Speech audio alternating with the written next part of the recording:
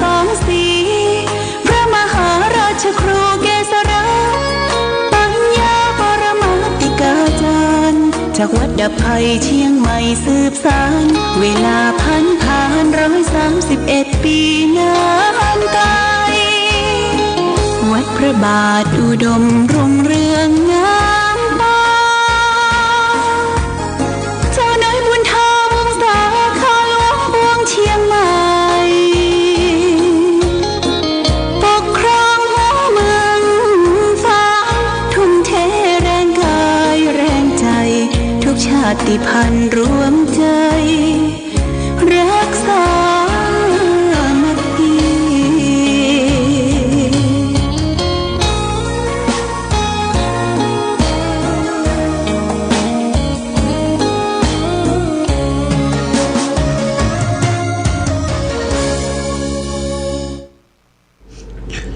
เจริญสุขศรัทธาสาธุชนญาติโยมท่านพุทธบริษัททั้งหลายวันนี้รายการธรรมประทีปส่องต่างก็ได้มาพบปะกับพ่อแม่พี่น้องศรัทธาสาธุชนญาติโยมแห่งครั้งหนึ่งวันนี้เป็นวันศุกร์ที่18เดือนเมษายนพุทธศักราช2568ซึ่งตรงกับเดือน5ใต้เดือน7เหนือแรม6ค่ำปีมะเส็งงูเล็กวันนี้อากาศท้องถิ่นก็สดชื่นแจ่มใสดีฟ้าฝนหลังจากที่สงกรานต์ก็ครึ้มฟ้าครึ้มฝนที่ผ่านพ้นมาปีนี้ดีญาติโยมบ่ฮ้อนบ่หนาวอากาศดีสดชื่นแจ่มใสวันนี้เป็นวันปากวันละนะญาติโยมก็คงจะมีการสะเก้าดำหัวอย่างประปายที่บ่ได้ไปกันก็ไปกันวันพรุ่งนี้เป็นวันที่19นะวันที่19เป็นวันเสาร์วันเสาร์นี้ก็ทางคณะชมรมผู้ปฏิบัติประธรรมวันเสาร์ก็จะได้มาสะเก้าดำหัวแล้วก็ดำหัวพ่อแม่ครูบาอาจารย์ผู้เฒ่าผู้แก่ผู้อาวุโสได้ทำสามัคคีกรรมร่วมกันมาก็เชิญชวนเด้อญาติโยมพรุ่งนี้ขึ้นวัดทางวัดก็จะได้เตรียมสำหรับกับข้าวอย่างกันกินต่างๆเพื่อจะต้อนรับญาติโยมท่านสาธุชนได้ขึ้นวัดประจำวันเสาร์วันพรุ่งนี้นะวันพรุ่งนี้วันที่19หลังจากที่ได้ทำพิธีพบปะสะเก้าดำหัวกันแล้วหลวงพ่อก็จะได้เดินทางเข้าไปดำหัวคารวะพระผู้ใหญ่ที่วัดพระสิงห์จังหวัดเชียงใหม่คารวะพระผู้ใหญ่วัดพระสิงห์จังหวัดเชียงใหม่ตอนบ่ายไปถึงปุ้นก็ประมาณสักบ่ายโมงตรงที่เปิดนัดแนะกันไว้หลังจากนั้นก็จะได้พักยังใหม่1 คืนวันที่19นี่พักที่ยังใหม่1 คืนรุ่งขึ้นวันที่20วันที่20ก็จะเป็นการทำบุญสืบชะตาหลวงที่วัดป่าแพ่งซึ่งได้ทำเป็นประจำทุกปีสมัยเช่นหลวงพ่อองค์เก่าหลวงพ่อพดุงองค์เก่าเพิ่นได้ทำสืบชะตาหลวงเพื่อเชิญชวนญาติโยมท่านสาธุชนใกล้เคียงได้มาร่วมสืบโหราชะตาเจ้าตำรับตำราที่วัดป่าแพ่งวันที่20วันอาทิตย์ที่20นี่ก็แจ้งญาติโยมท่านสาธุชนทั้งหลายวันนี้งานมีที่ว่าการอำเภอฝางที่ว่าการอำเภอฝางนี่ก็9 โมงก็จะได้ไปร่วมกันจะได้มีการเจริญพระพุทธมนต์พระสงฆ์จำนวน18 รูปเปิ้นทำบุญประจำปีแล้วก็จะมีการสะเก้าดำหัว ครูบาอาจารย์หลังจากเสร็จจากพิธีที่ว่าการเพื่อฝังแล้วก็จะได้ไปร่วมพิธีส่งน้ำพระธาตุณที่วัดศรีบุญเรืองสองแควนะ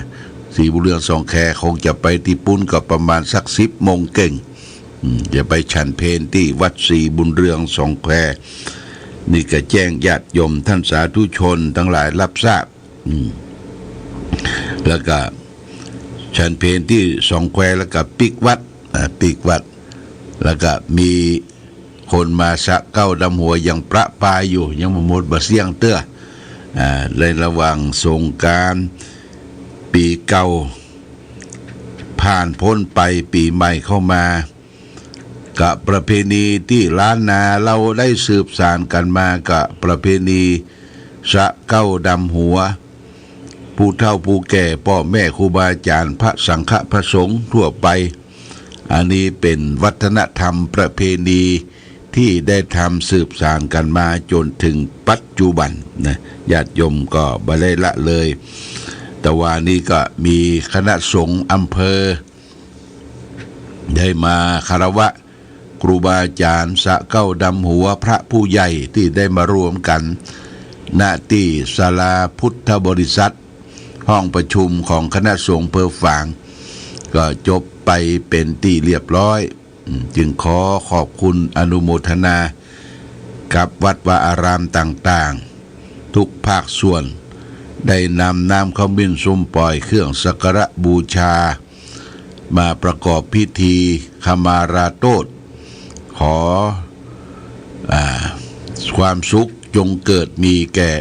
ทุกท่านทุกคนที่ได้ร่วมกันทำในการทำสามิจิกรรม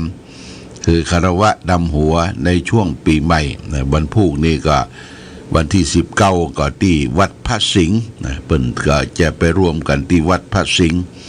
ดำหัวเจ้าคณะจังหวัดรองจังหวัดพระผู้ใหญ่ผู้อาวุโสอันนี้ก็จะได้ไปร่วมกันวันนี้ได้มาพบก็เป็น2 ภาคเลยญาติโยมภาคเจ้าวันนี้ก็7 โมงถึง7 โมง8 โมง7 โมงเกินถึง8 โมงบืดภาคกลางคืนก็จะได้มาปะญาติโยมจะได้ทำน้ำพระพุทธมนต์แจกจ่ายให้แก่ศรัทธาสาธุชนญาติโยมท่านทั้งหลายในวันนี้วันที่18ส่งท้ายปีเก่าต้อนรับปีใหม่เมืองของหมู่เฮาและท่านทั้งหลายเบิดก็เปิดวิทยุบอกกันรับน้ำมนต์จากครูบาอาจารย์จากพระเจ้าประสงค์เพื่อจะได้น้อมไปประพรมพื้นที่ที่อยู่ที่อาศัยของเราทั้งหลายให้มีความสุขความเจริญที่บ้านที่จองที่เคหสถานบ้านช่องของเฮาในวาระโอกาสต่อไปวันนี้ได้มาพบก็จะได้นำสาระธรรมมาฝากคือแก่ศรัทธาญาติโยมท่านสาธุชนทั้งหลายวันนี้เอาเรื่องความสุขใจธรรมะนะเรื่องเสียน้อยเสียยาก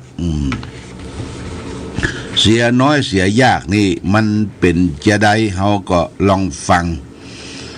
แล้วก็คิดพิจารณาเพิ่นก็บอกว่าความคิดในทางได้เนี่ยบ่ยอมเสียเป็นนิสัยของคนเฮาอย่างหนึ่งไผก็ดีอกดีใจเมื่อได้สิ่งที่มีประโยชน์แก่ชีวิตมา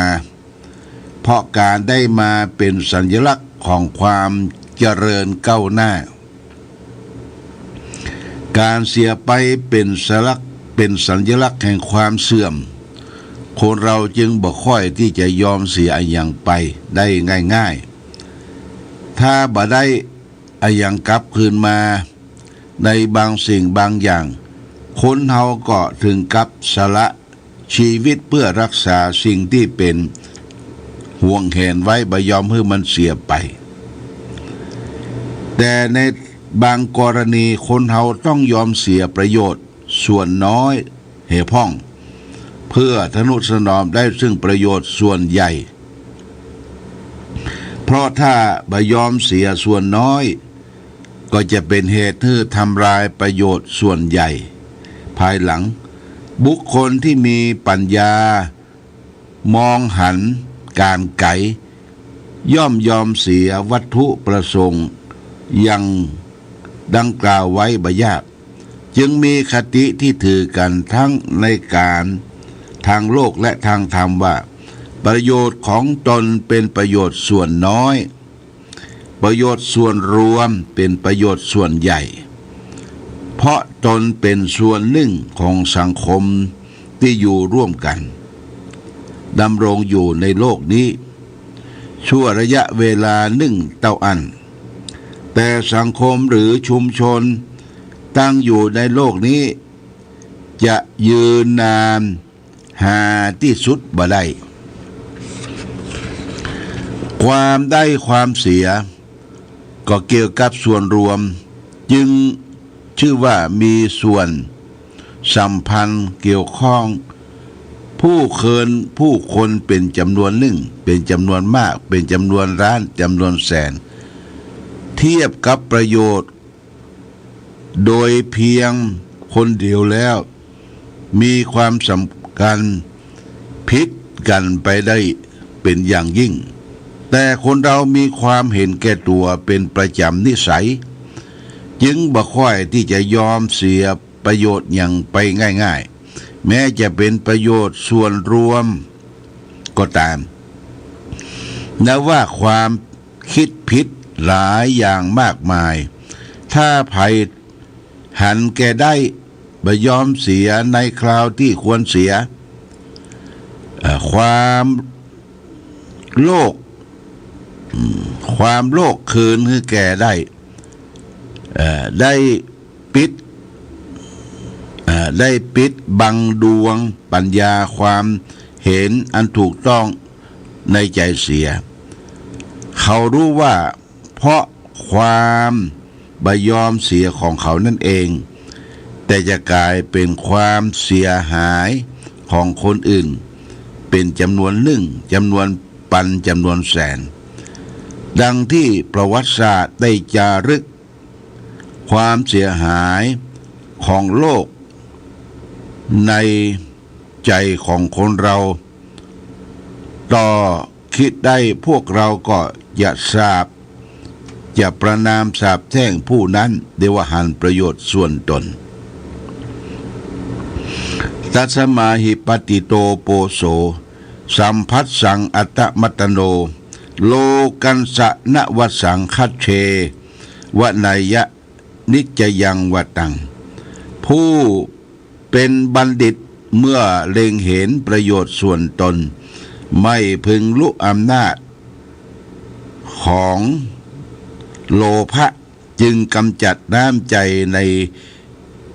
ที่ละโมบเสียได้นี่เป็นพุทธภาษิตอันนี้จะยกคือญาติโยมท่านสาธุชนทั้งหลายสมัยโบราณกรุงศรีอยุธยาเราเสียแก่พม่าเปิดมาปิดล้อมกรุงไว้ผู้ปกครองกรุงกษัตริย์ในสมัยนั้นมีปืนใหญ่ที่จะยิงต่อสู้ออกไปในกรุงแต่ปืนใหญ่ที่ยิงเนี่ยเสียงมันดังนำให้เกิดตกอกตกใจแก่ข้าทาสบริวารโดยเฉพาะอย่างยิ่งนางสนมกำนันในวังบักกล้ายิงออกไปเพราะว่าจะให้คนในวังเนี่ยตกอกตกใจอกสั่นขวัญหาย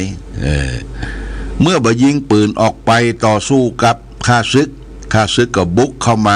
เมืองก็เขาก็เลยพ่ายการถูกเผาถูกจับถูกยับเนี่ยคือประโยชน์ส่วนน้อยนะประโยชน์ส่วนน้อยนี่เขาบ่ยอมเสียนะหานว่านางสนมกำนัน จะตกอกตกใจหักคนส่วนน้อยนักกว่าคนส่วนนักเขาจึงเสียกรุงเสียบ้านเสียเมืองไปนี่เป็นตัวอย่างนะญาติโยมนะตัวอย่างในตัวเฮานี่ก็เช่นเดียวกันโรคภัยไข้เจ็บที่มันเกิดขึ้นอย่างโรคเบาหวานเนี่ยญาติโยมโรคเบาหวานถ้าไปถูกตำแข้งตำขาตำตีนตำมือโรคเบาหวานนี่มันหายากมันลามเพิ่งก็ต้องตัดส่วนที่ถูกแผลเป็นนะตัดออกเอาส่วนที่มันเน่ามันยังออกเนี่ยรักษาสละส่วนน้อยเพื่อจะรักษาประโยชน์ส่วนใหญ่ในร่างกายให้มีชีวิตอยู่ได้เขาจะบักค่ากล้าตัดนะเป็นตีนเป็นมือมันจะกุดจะด้วนไปบ่ได้เดี๋ยวมันก็ลามก็ชีวิตก็บ่สามารถที่จะอยู่ได้เนี่ยบางอย่างเขาต้องเสียน้อยเสียยากเสียมากเสียง่ายนะญาติโยมเสียน้อยเสียยากเสียมากเสียง่ายเพราะฉะนั้นเราอยู่รวมกันในสังคมอยู่รวมกันเป็นพี่เป็นน้องเป็นวงศาคณาญาติบางโอกาสและเวลาก็ต้องช่วยกันเสียประโยชน์ไปพ่องเสียเวลาพ่องเพื่อจะรักษาประโยชน์ส่วนรวมมีความจำเป็นนะญาติโยมอย่างเฮาไปวัดไปวาเนี่ยถ้าเฮาบ่ไปก็ได้แต่ถ้าไปเนี่ยมันเป็นดีหลายอย่างได้ไปหันหน้าค่าตาได้ไปไปจากับพี่กับน้องต้อนรับแขกบ้านแขกเมืองที่เปิ่นมากินมาตานเขาก็จะได้หันสังคมของวัดวาอารามเนี่ยประโยชน์ส่วนใหญ่นะเขาประโยชน์ส่วนน้อยเขามีเขาบอกไปละอย่างเขาก็มีกินมีอยู่เนี่ยได้ประโยชน์ส่วนน้อยมันได้ที่เขาแต่ประโยชน์ส่วนรวมเนี่ยญาติโยมจะต้องไปช่วยกันแปลงช่วยกันปัดช่วยกันทำแถมอย่างหนึ่งที่ฝากไว้อย่างเขาจะสืบชะตาเนาะจะสืบชะตาบ้านจะสืบชะตาครอบครัวญาติโยมถ้าเขามีสตางค์นี่เขาก็ไปจ้างปน้อยปนานที่เปิ้นเก่งแปลงครัวสืบชะตานี่นะมันประเดี๋ยวนี้มันหลายพันบาทนะ4-5,000 บาทแล้วก็งามตัวไปจ้างไปแปลงเปิ้นแปลงจ่อแปลงตุ้งแปลงตับบุรีแปลงอย่างนี้งามแต่มันประโยชน์ส่วนน้อยมันบ่มีหมู่บ่มีจุมถ้าเฮาอยากจะให้มีหมู่มีจุมก็ปกเปล่าเตือนกันมาเด้อเฮาจะด่าครัวเครื่องครัวสืบชะตามาปันบุรีมาแนบเมี่ยงแปลงเมี่ยงมาล้วงฝ้ายได้ฝ้ายเอามาอยู่ร่วมกันไผ่มีไม้งามน้อยไม้งามใหญ่ก็เอามาเซาะมาจุมมาอย่างตกกันไปเนี่ยมันได้คนได้หมู่ได้จุมได้จากันถึงแม้ว่ามันบ่ค่อยงามเท่าใดมันบ่งามเท่าใดเพราะบ่ได้ขึ้นได้ขายเนี่ยแต่มันได้ใจญาติโยมได้ใจได้หมู่ได้คณะนี่ข้อเนี่ยสำคัญนะญาติโยมอยาก โทษอยากจะให้ญาติโยมได้มีหมู่มีคณะมีอย่างแบ่งกันกินกันใช้บริโภคเป็นหมู่เป็นจุมอย่างตะกอนเปิ้นบอกว่าปริศนาปัญหาว่ามีชายคนหนึ่งได้ป่าริมหลวงมาตัวหนึ่งก็ผูกปัญหาว่าเขาจะแยะอย่างใดให้เขาได้กลิ่นเมินญาติโยมป่าริมหลวงเนี่ยนะป่าริมหลวงบางคนก็บอกว่าเอากินกำน้อยเอากกกินกำน้อยวันนี้แกงหัวมันวันผูกแกงกลางวันฮือแกงจะได้กินเมินหลายวันบางท่านก็ว่าเอาไปตากแห้งเอาไว้ใส่แกงแคเอาไว้ยำหลายวัน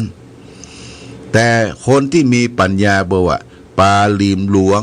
ปลาที่ได้มาเนี่ยเปิ้นว่าเอามาแกงใส่ส้มใส่ยอดส้มปล่อยฮื้อส้มใส่น้ำนักแล้วก็แกงเสด็จตักญาติโยมตักไปแจกบ้านนั่นบ้านนี้บ้านใกล้เลียนเคียงลูกหลานญาติมิตรให้ได้กินร่วมกันเมื่อได้กินร่วมกันคนเฮากินไปเนี่ยมันนึกญาติโยมมันนึกถึงคนที่เอามาแจกมาจ่ายวันหลังเปิ้นได้กินอย่างก็เปิ้นก็นึกถึงเฮานี่เป็นเรื่องของสัจธรรมของความจริงก่อนการมาญาติโยมมีงัวเกิดควายเกิดงัวเกิดควายเกิดโดยเฉพาะอย่างยิ่งควายที่เกิดเนี่ยอาหารเศษอาหารนะคือหกควายหกควายญาติโยมหกควายเนี่ยได้มาแล้วมันเป็นอาหารสุดยอดของคนเมืองเขานะยำหกเนี่ยเสร็จแล้วก็เปิ้นก็เอามาต้มนะญาติโยมต้มจักไข่ซอยข้าวมิ้นจักไข่ใส่น้ำเหลืองเอื้อเจ๊ะนะต้มใส่น้ำนักเสร็จแล้วเปิ้นก็เอามายำลากยำหักกล้วยยำวาสายำอย่างมาใส่น้ำแล้วเปิ้นแจกเนี่ยเอาแจกใส่ถ้วยแจกบ้านนั่นบ้านนี้เพื่อให้ควายหลายแพร่หลายวะนะนี่เป็นปริศนานะไม่ใช่ควายหลายแพร่หลายคือเฮาได้น้ำใจคนใกล้เคียงได้กินยำหกก็ได้แจกจ่ายกันไม่ใช่ว่าโอ้คอยเฮาเกิดปิดประตูบ้านประตูจองต้มหกกินคนเดียวญาติโยมต้นหกกินคนเดียวอิ่มคนเดียวเนี่ยเสียน้อยบ่ยอมเสียน้อยนะเสียน้อยเสียยากเสียมากเสียน้อยเนี่ยเขาก็ต้องเฉลือเจียจานเพื่อแผ่แก่บุคคลอื่นนี้เป็นน้ำใจน้ำคลองน้ำต้าน้ำดื่มน้ำคลองยังรองน้ำใจญาติโยมรองน้ำใจนี่เป็นสิ่งสำคัญเฮามีน้ำใจซึ่งกันและกันทักกันแบ่งกันมีอย่างแบ่งกันกินกันใจภายมีของกินของว่าพักไม้ไส้เครืออย่างไปวัดเนี่ยญาติโยมไปวัดเปิ้นทำสำรับกับข้าวทำอย่างก็หาของเป็นวัสดุเอาไปให้แก่แม่ครัวแม่ยังท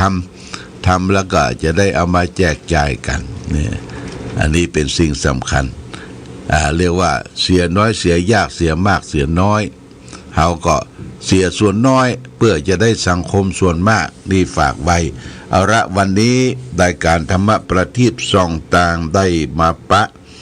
มาพบญาติโยมท่านสาธุชนทั้งหลายก็พอสมควรแก่กาลเวลาขอความผาสุกความมีธรรมจงมีแก่ศรัทธาสาธุชนญาติโยมทุกท่านรายการธรรมะประทีปส่องต่างต้องขอลาก่อนขอผู้ฟังจงตั้งมั่นจิตหันษาโดยธรรมะขององค์พระพุทธาได้นำพาให้เกิดความสุขสงบเย็นขอเจริญพร